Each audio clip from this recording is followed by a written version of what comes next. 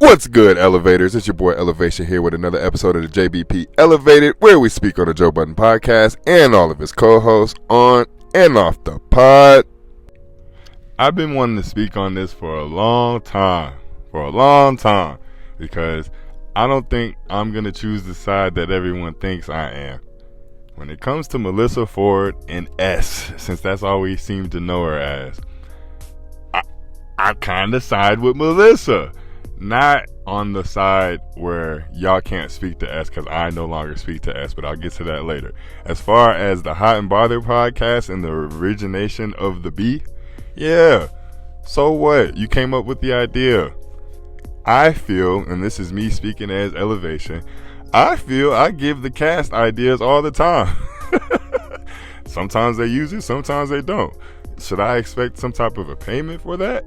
And I know consultation, you do get paid for giving ideas and things of that sort. But if that's not what you have set up, you can't expect to get payment from it. And if you had this great idea and you're so popping yourself, how come you haven't started your own solo podcast? I didn't get another partner. I didn't replace you. I just thought that you did have a good idea. I'm already on the health tip. Let's get straight to it. So where's S's podcast? I really want us to look for S's podcast. How come she hasn't started one? They still speak on her on the JBP, which is one of the biggest podcasts in the world. And the only reason I say one of is because Joe doesn't like being compared to the whites, the elite whites. So let me say one of, because he's the best in my eyes. But you still get mentioned on there, even though we only know you as S. That's a big deal that we know you by a letter. At least you have some name recognition. Where's your podcast? You could have used this, whatever publicity you were receiving from the initial fallout, and you could have branched off and started your own, just like Melyssa did. And even though I have my own views on Melyssa's podcast, at least she's still going. I saw her season 2 recap of season 1, whatever. I don't know what she's doing, but she's still trying to do something. I haven't seen your podcast. Now, as far as why the guys continue to speak to S and about S, and Ish continues to do business with S. Hey, if I was Joe, I could see the conflict of interest, because you're my boss. I'm not allowed to do these things, clearly, because you are going to feel some way about Drake for the rest of time. I can't do it with my boss. But if I'm Ish, if I'm Ice, if I'm Flip, so what, nigga? So what? Melyssa brings up the point that I introduced you to her. I am the one that got y'all acquainted with each other. So therefore, if I stop speaking to her, you need to stop speaking to her too. That's not how life works. We're all adults here. I have best friends, and I'm best friends with another set of best friends, and those best friends don't get along at all. Are either one of my other sets of best friends telling me I can't be friends with the other? Hell no. They just don't fuck with each other. So I don't bring Group A around Group B and vice versa. That's all it is. I don't even speak on them, and that's where they keep fucking up. They keep speaking on S on the pod. Melyssa, you keep saying that you're just podding. You have to realize when they're just podding too.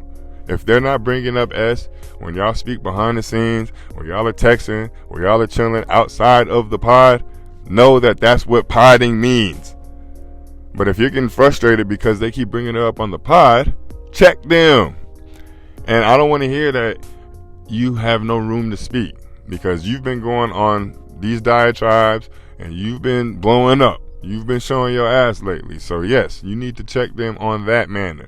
I don't even want y'all to speak on her on the pod. If you're going to be staunch about it, be staunch about it. Put your foot down. I have no issue with you doing what you did with Drake. I have no issue with Flip wearing the cam socks.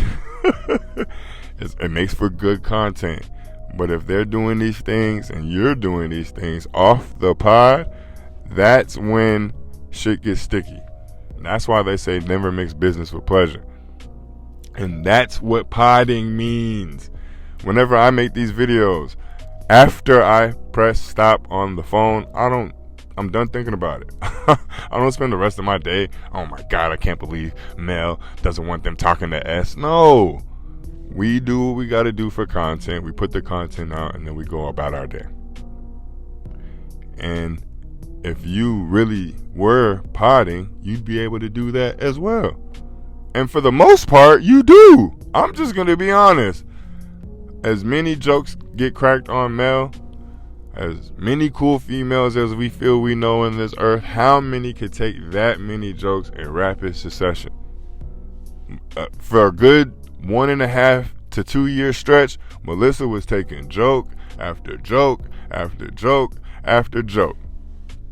Y'all trying to sully my name. Here's another point that I stand with her on. I'm really her. Even though I'm a quote-unquote video vixen, when you say video and vixen next to each other, I'm one of the marquee names that pops up. What can y'all say that in? Outside of Joe and podcasting. If she wanted to dig deep, Joe, I've known you your whole rap career. And I just now wanted to start fucking with you. You gotta start hitting niggas where it hurts. But as far as S is concerned, man, fuck S. You already feel that way. So why do you have to feel that way for others to feel that way? No. It's fuck her for me. For me. At the same time, I don't understand why Flip is still on Melyssa's body. Before I even get on that, because I am going to make a video on this because it's been over a year, 2 years at this point, honestly. Joe, when he was speaking on the bare minimum, Rory and Mal, because I don't even want to call them that. They've ascended. I checked their YouTube page. They're down there at 300,000 subscribers. And they were stuck in the 260s for years. So that's a big deal. But anyway, I'm going to revisit this bare minimum thing. But the first thing I noticed was Ish was not present. The first thing I noticed, Ish don't give a damn about Mel and SB. I'm your co-worker. Even if we chill outside of this. I'm your friend outside of this. Here, I'm your co-worker. If you bring somebody up here and introduce them to us as the pod, I'm going to mingle with them as your co-worker. If you introduce me to somebody outside of the pod and then you see me bringing them on the pod, that's a different story. But Ish is he's the main person that lives by how I live. I don't give a fuck what y'all going through. And I feel the same way about myself because the day I graduated high school, I graduated early. I graduated in February instead of in May or June. The day I graduated, I got jumped. My brother, the one I always bring up, still best friend, close brother, all that. My brother, the nigga that jumped me or initiated jumping me, cracked me in the back of my head.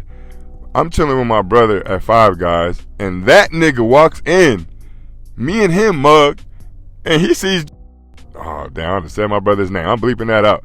He sees my brother and goes up to shake his hand. And I'm incredulous. It took me years to realize I can't chastise my brother for being cool with somebody when that situation had nothing to do with him. And then, even longer story longer, he jumped me, and it wasn't him that was supposed to fight me. It was a boy that had to go get his clique, and he was the leader of the clique. We're cool now. The nigga that jumped me. So what happens then? What happens if Melyssa and S get cool again? I done made y'all burn every bridge y'all had with her.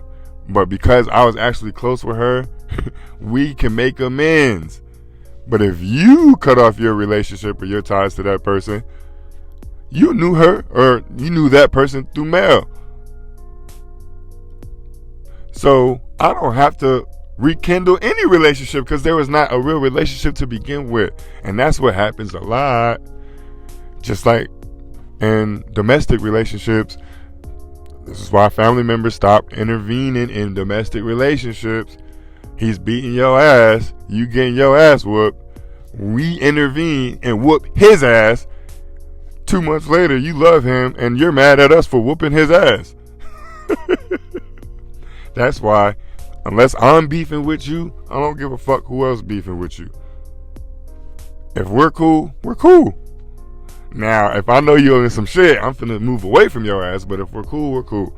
So this whole S situation, I personally don't know why they keep bringing it up. It's not that big of a deal. I guess it makes for good content, but I'm still checking for S's podcast. People aren't utilizing and executing on the opportunities given to them whenever they get quote unquote clowned or burned by somebody on the JBP. So I don't know. Just wanted to get my thoughts off on that. Melyssa, I'm gonna be honest. Here's the honest hour. I love speaking on Melyssa because the engagement that Melyssa brings is through the roof. Melyssa brings the girls out. So I understand Joe's frustration, but I also understand why Melyssa's not going anywhere unless she gets fed up.